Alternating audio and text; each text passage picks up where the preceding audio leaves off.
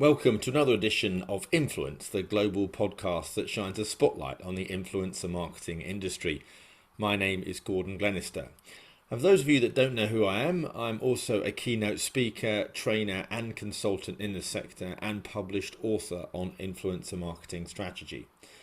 Influence is also a proud member of the Marketing Podcast Network, where you can listen to other amazing influencer and marketing related shows.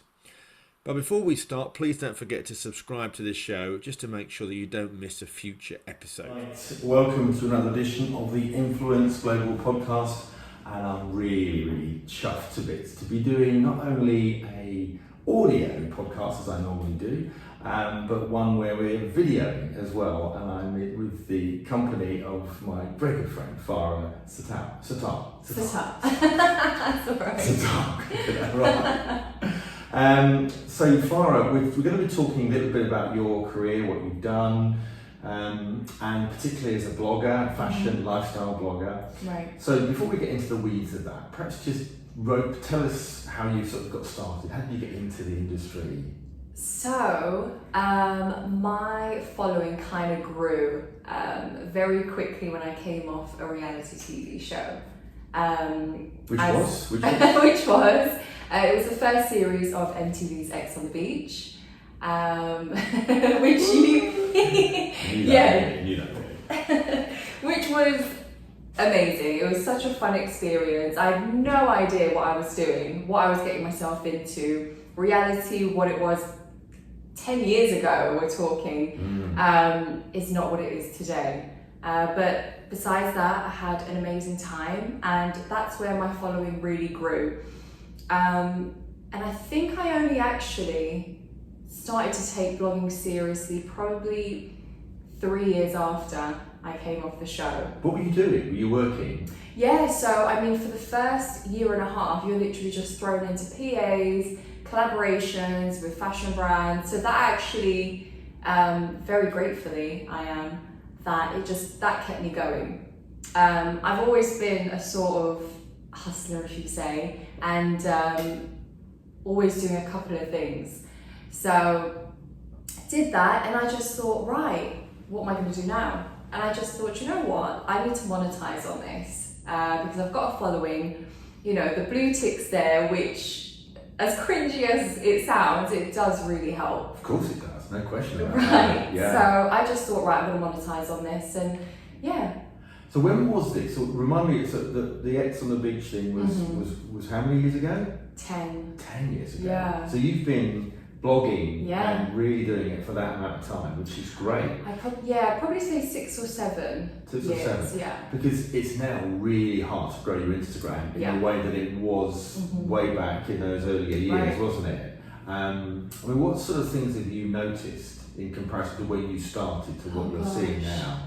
I mean, which is an amazing thing, but everyone is on it. So the competition is massive. Yeah. And it's oversaturated. So, if you're gonna get into it, there are only a few things you can do, fashion, beauty, maybe your everyday life. But I just think, just add your personality to it, because no one's gonna have that, I mean, presumably lots of girls that will ask you, well, I just want to be an influencer. All the time. How do I do that? Yeah. And they're starting with maybe a few thousand or if that. Yep. And it's all about authenticity. It's having your own Absolutely. passion before I want all of the goodies and the exciting bits. And really channeling, what do you want to convey? What do you want to put out there? Is it a message? Do you just want to take nice pictures? Because I think that's what a lot of people think that influencers and bloggers do. It's just pretty pictures. Absolutely. And you get brand collaborations. There's just so much more that goes behind the scenes. Yeah. So I always say, God, I'm so grateful. But if you want to do this, find what you truly enjoy. I love food. Gordon, I love food. So recently, I'd say for the past year, I've heavily incorporated food, collaborating with restaurants and fast food chains, because food makes me happy. So I thought I'm really gonna hone in on this. It's not just going to be about beauty and fashion and, you know, the nice, beautiful things, glamorous side to it. I thought, no. And do you reach out to any of these restaurants and brands, or do they? What's the sort of percentage of reach out versus inbound? It really depends. So I'd say the last 2 months I haven't reached out to anyone, and I've had 4 restaurants getting in contact with me.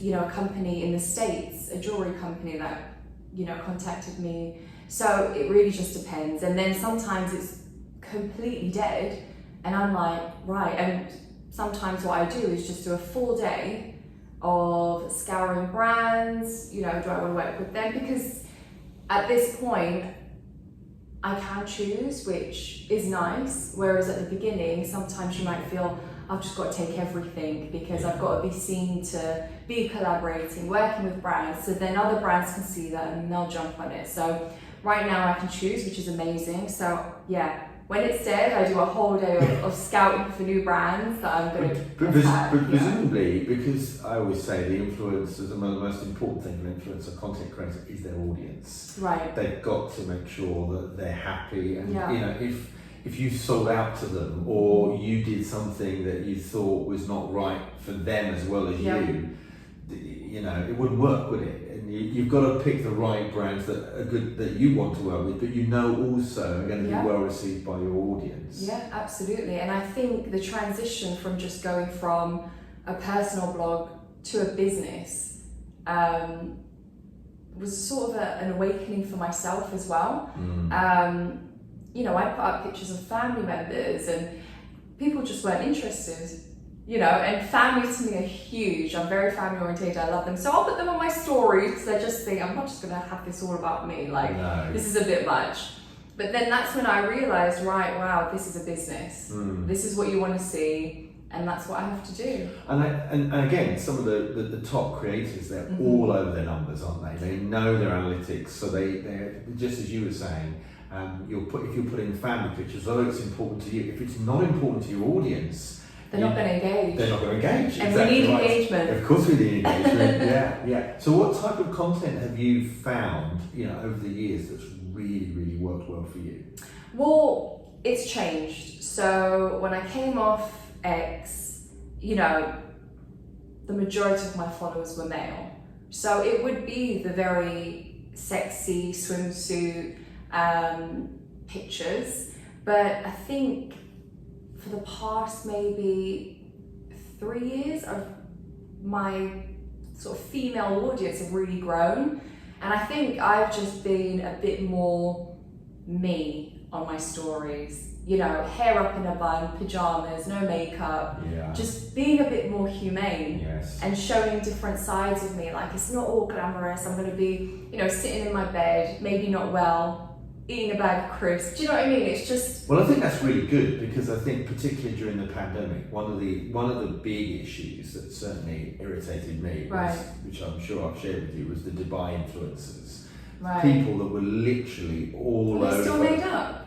I don't know, but I think because the mainstream media, and it's not, when I talk about it, I don't mean all of it, I'm just talking about the insensitivity of some of that content during what was a really difficult time for a lot of people. Oh, this is, I can't believe this is only my 3rd holiday this year, and you know, it's so. I did see the controversy. Getting the tone right in your content is so important, because presumably, you know, well, I know you want a campaign to work really well, not only for you, but also for the brand, because if it doesn't work for either of you, nobody wins. Of course. Yeah. So what have been some of your real highlights, collaborations? You know, if you look back over those years, what are the ones that you thought, wow, we've really hit this one? Oh my gosh, I didn't prepare for that question. Gordon, do you know what? Like, I'm not gonna lie, there's been so many. What are some of the...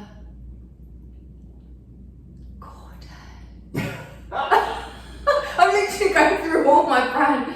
No, don't worry. No, we can. I'm gonna have to come back on that. Maybe we put that down in the text that she remembered. But you know, there's so many. Like, even now, like when you just say collaborations, I think of just some of the emails that responded to today. So apologies. No. Well, that's yes. No, and the reason why I like to do that is because it just gives people a sense of what different types of, particularly as you position yourself as a lifestyle influencer, yes. That is quite broad. And one of the challenges. There's a reason for that. Well, tell me why.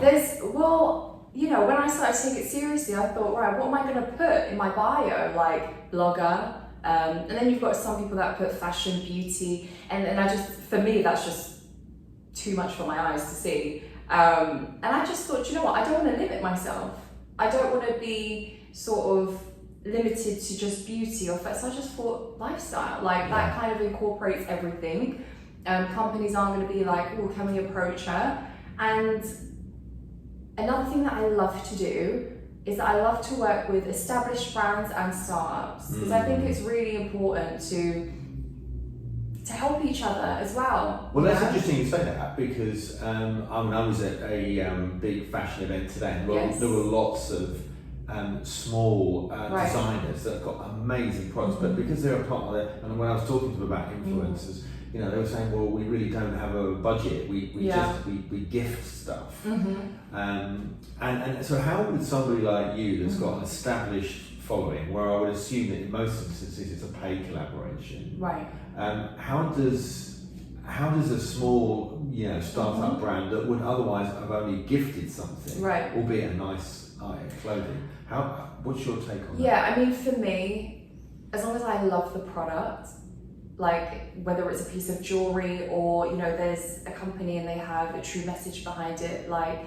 a recent collaboration, I worked with a brand called Hilo, very new, few thousand followers, and they're a sustainable trainer brand, and I never came across that, and I thought your trainers are made from recycled trainers. I mean, it sounds so simple and basic, but I love it. I love brands like that, and I just thought, of course I'm going to work with you. For me, it's coming from having my own brand. I know the graft that goes into it, so I see it from both sides. So for me, as long as I love the brand and the product, then of course I'll post for you. And I know you've got a particular interest in makeup as well, haven't you? So tell us a little bit more about that. I love makeup. I'm not a makeup artist. I'm not going to pretend to be. But I just love makeup. I love the way it makes me feel. I love the way it makes other people feel. Yes. But the reason that I started my brand is because with all the industries that I've worked in, so going from modeling to TV to social media, there were so many people just either telling you how you should put your makeup on, giving people the wrong shades, just really making you look so different to what you truly were. And I get it for a modeling job. If you're, if you have a certain look, then fine, that's completely different. But then I started to see people then sort of masking their face, really putting on the foundation and really covering up. And I just thought, oh my God, I just thought, you know what, I am going to do products that are efficient, different, as much as I can make it, because there's so many makeup brands out there. So is this your brand that you are sourcing from the manufacturer and creating your own? Well, we create together. It depends on the manufacturer. With newer products that haven't been released yet, I have to work with different manufacturers. But the products that are out now, I mean, I've seen it in a few companies, but more stateside.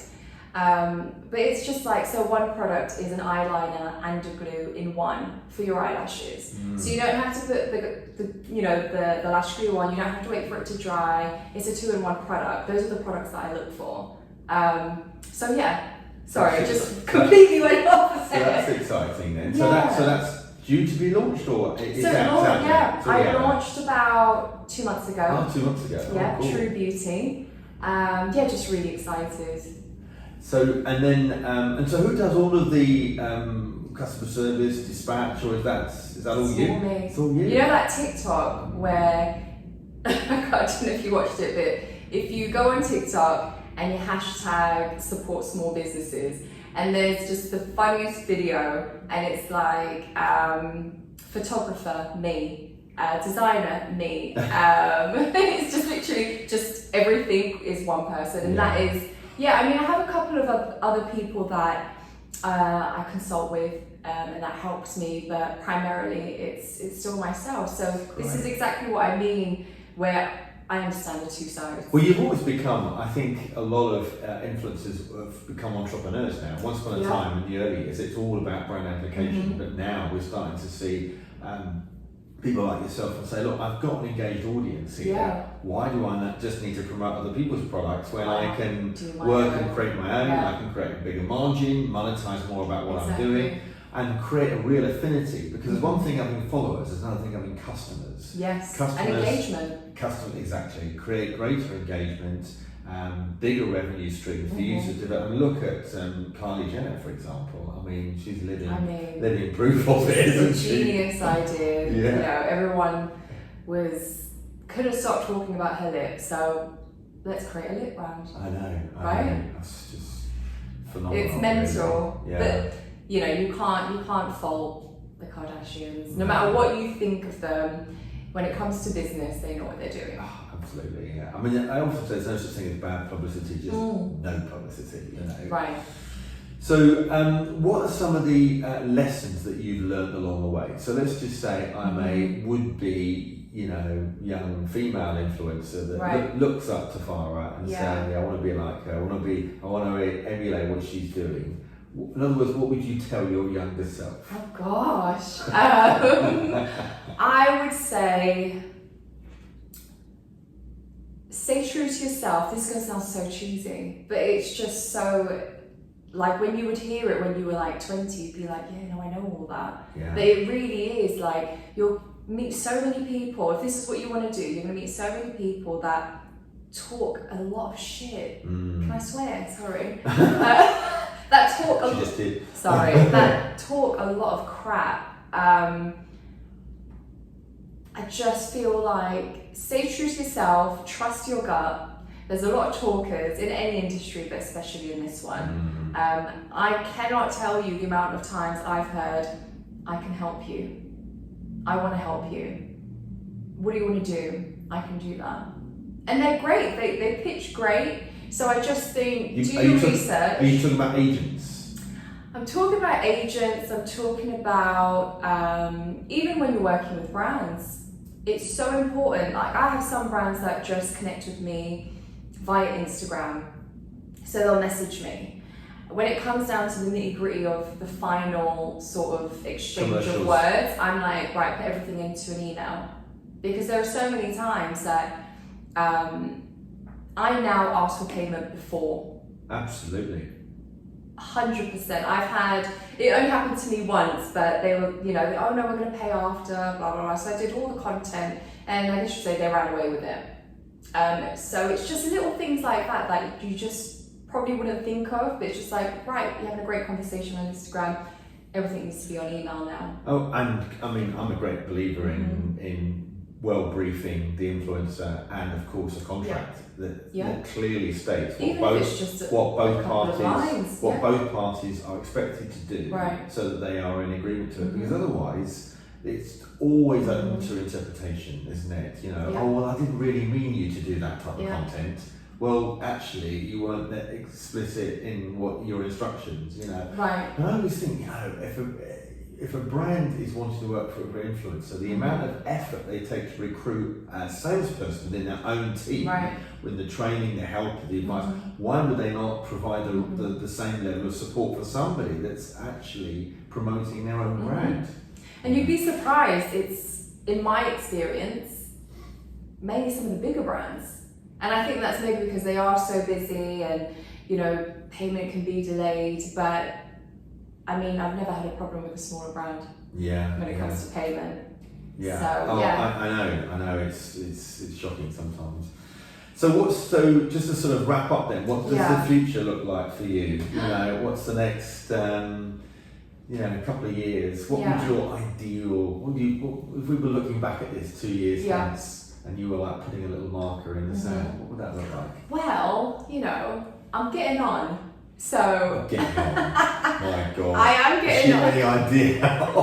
I'm getting on. So I think in a few years' time, I would like to see, a family, and maybe my blogging go into sort of the family theme. Oh, right. Yeah. I mean, I'll still always, have my own collaborations. But that's interesting, isn't it? So we've often seen this, haven't we, with influencers where you're taking through their lives. It's not just Farah, the fashion and lifestyle blogger. No, Farah then moves on to another part of the journey. I think you have to because especially for myself and some other influencers, when you've been in the game for, what am I doing this now? 7 years, 8 years.